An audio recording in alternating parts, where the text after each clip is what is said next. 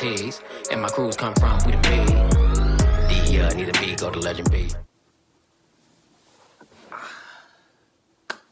Tubers, what's the deal? Power and balance to all my navigators out there on the journey to success, as well as my free thinkers, my protectors, and my creators of the new world.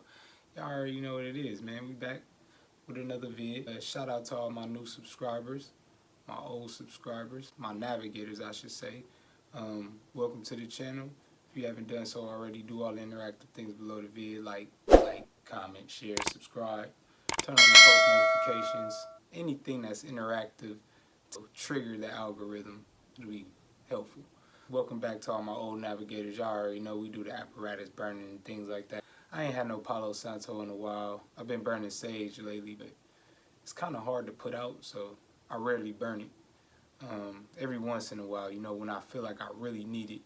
Outside of that, welcome back, man. How y'all been? It's a new year and like that, you feel me? I'll cuss too early. But anyway, it's a new year and things like that. This year we pivoting, you feel me? We gonna touch on more popular topics, because I feel like the first run, maybe people ain't too into, like, so much into that. Especially me, I wasn't in my, like, top mental shape, you feel me? I didn't have the mental sharpness, I think, that I needed in order to carry out what I was trying to do. So I had to take a step back, man. I quit my job video. I was a part of the Great Resignation and shit. They said that in November, like 4.5 million people quit their jobs. And yeah, I was a part of that Great Resignation, you know? That was when my run was coming to an end. I had started looking for a job by then, you feel me? I was dealing with something I didn't even understand I was dealing with, honestly, until it reared its head, and I'm like, okay, no wonder, you feel me? I had gained all this experience and this information and knowledge, and I did not apply it. And I learned discipline and patience, but in that moment I did not apply it at all whatsoever. It was just green lights, 100 miles per hour, pedal to the middle. Yeah. When you're driving like that, you bound to crash. That's what ended up happening.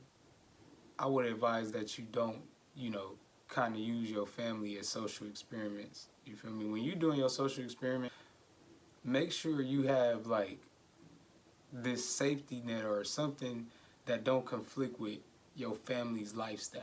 You feel me? I was just inconsiderate of, you know, I'm pursuing what I'm pursuing, but at the same time, it could be to one's detriment. Maybe your partner, maybe your offspring. It could be to their detriment if you just pursuing what you pursuing and you ain't, you know, conscious of the effects that it have on the people around you. So just, you know, I like to encourage ones to create and be as creative as possible, because we got to create for the next generation, the next people to come. You know, we inherited easier lives because of the ones that came before us. So here, during your lifetime, you're either going to choose to be great enough to leave something behind for the next generation, or you're just going to, you know, live off of the ones before you who left things behind for you to live off of comfortably. And yeah, I made my mind up a long time ago that I was going to be one that created for the future, and I was going to be a part of change. So it's ups and downs on that road, but there are things that can be prevented. Like I said, just be aware of the detriment that you can cause others based on pursuing what you're pursuing. You know, you still got to keep in hindsight that, keep in vision that it's not only you. If you a family man, some of y'all, you know, you all on your own, and y'all could really go for broke right now. Y'all could really do it, run it up and run it back up if ever you know, hit a dead end or crash out. So yeah, man, this video is basically about, it's a story time video, man. I had to give y'all a little backdrop of what's been going on. Story time, man.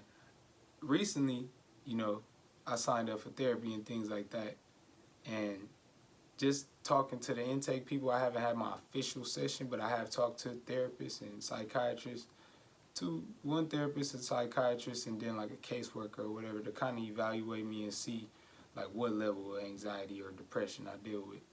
So just being evaluated in order to get to the therapist, it was enlightening. It was more enlightening than my own self-education. I advise, if you're going through something, you feel like you're going through something, don't just claim it. Actually go get diagnosed and figure out a way to treat it.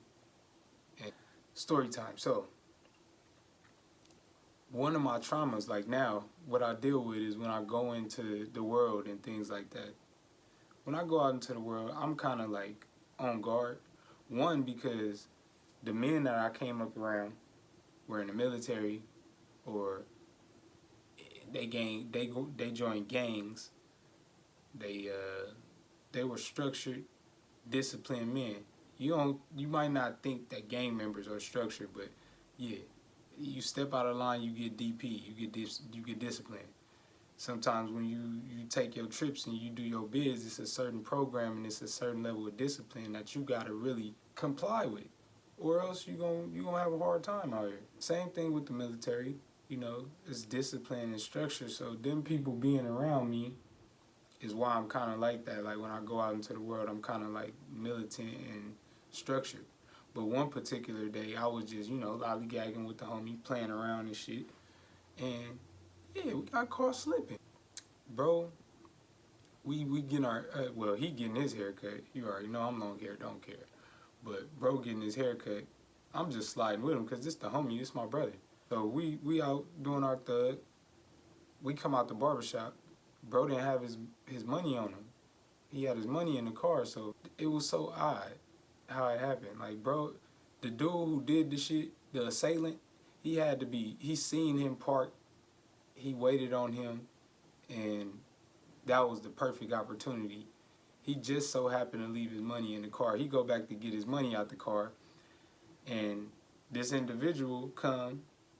I'm not paying attention to him. I'm thinking it's just somebody coming out their house because we on like a busy street and it's these businesses on the bottom and houses on the top. So he come out the door and he walked past. I don't think nothing of it, but like he barely walked past me, you know? He get like right over my shoulder. He about a step away from me. He ain't close to me, but it's like he was close enough to bang that U and be right on me. So as soon as he get over my shoulder, I feel the steel on my back. And he like, yeah, give me your jewels. He telling my brother, like, give me your jewels, run your shit. And he looking like, what? So, bruh, I don't know what happened. It happened so fast, but I just know that, I don't know, he ended up going back in the barbershop. But he kind of like jogged back. I ain't gonna say he ran.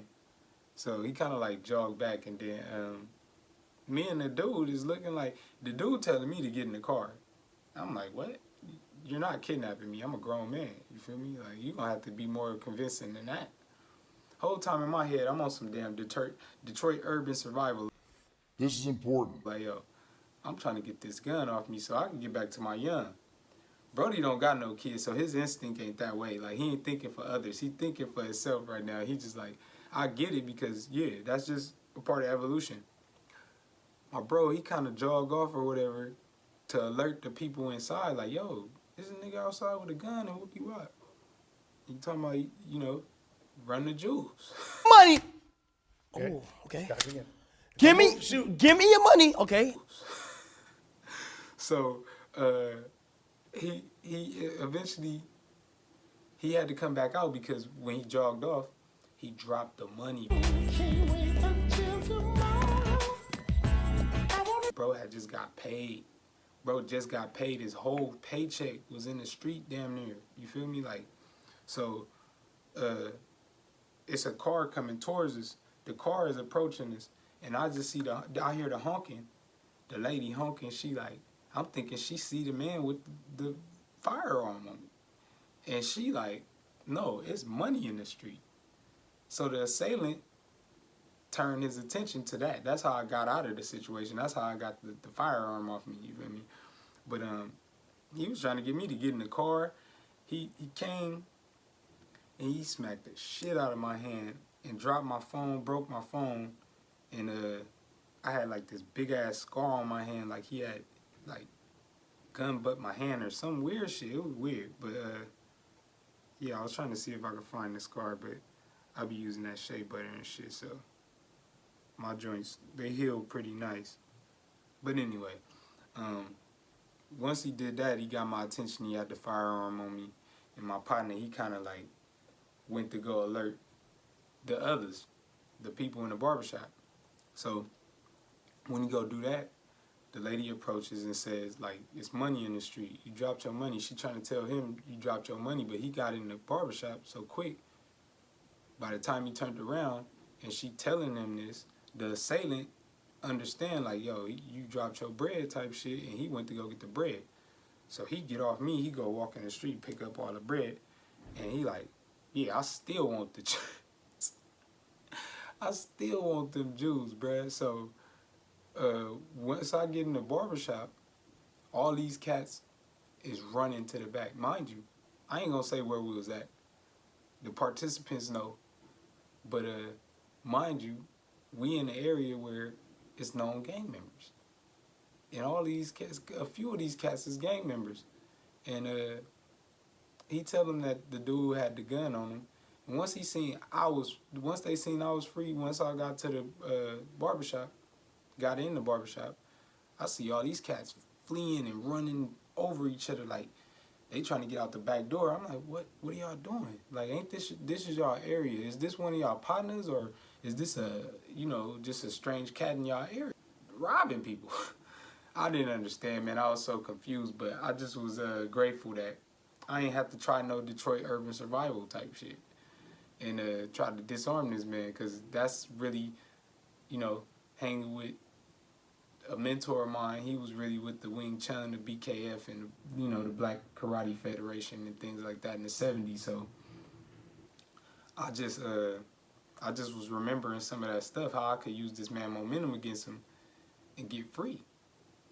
So I'm just glad that I ain't had to do nothing like that. But that type of trauma, it stay with you, to where I don't let people. I don't care where we are, man. I don't care where we are. I'm gonna make sure that you get away from me. If you think you're gonna get over my shoulder and do anything to me, you got another thing coming. You feel me? Like, so that trauma is still with me. I'm working on it, working on not seeing everybody as a threat, or not even seeing people as a potential threat. You feel me? I live in a whole nother area where people not worried about that. They understand that if you in this area, that us as a community, we over here because we can afford to be over here, and we probably were seeking this type of lifestyle. You feel me? So we all got that in common. I'm just learning to understand that a little more, and weaning a little bit of the South Central out of me. But I still got to keep my edge. I got to stay on top of shit, because you never know. You feel me? But yeah, man, that was story time. I hope y'all been well. Real talk, man. Like I said, if you dealing with something, go get some real help. Get diagnosed. You feel me? Because dealing with your issues is different than treating the issue. It's 2020, man. We're going to do a lot of collaborations, a lot of interviews coming, a lot of skits and things to that nature, man. Collaboration over competition, all 22. Comment below if you like this video, man. If you want to see more story times, I'm about to amp my reactions back up. And yeah, man, be well. Till next time, peace.